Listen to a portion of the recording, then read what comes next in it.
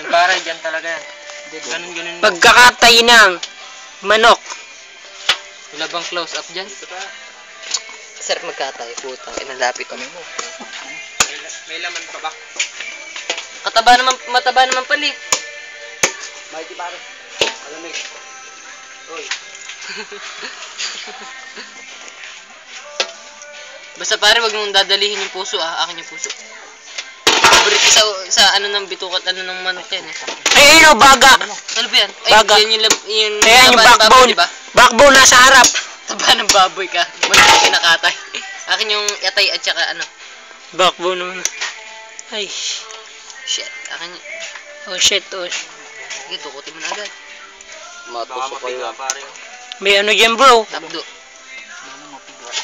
Duway mo na kasi ang may tibo dyan sa loob na yan. Kainin mo na ngayon.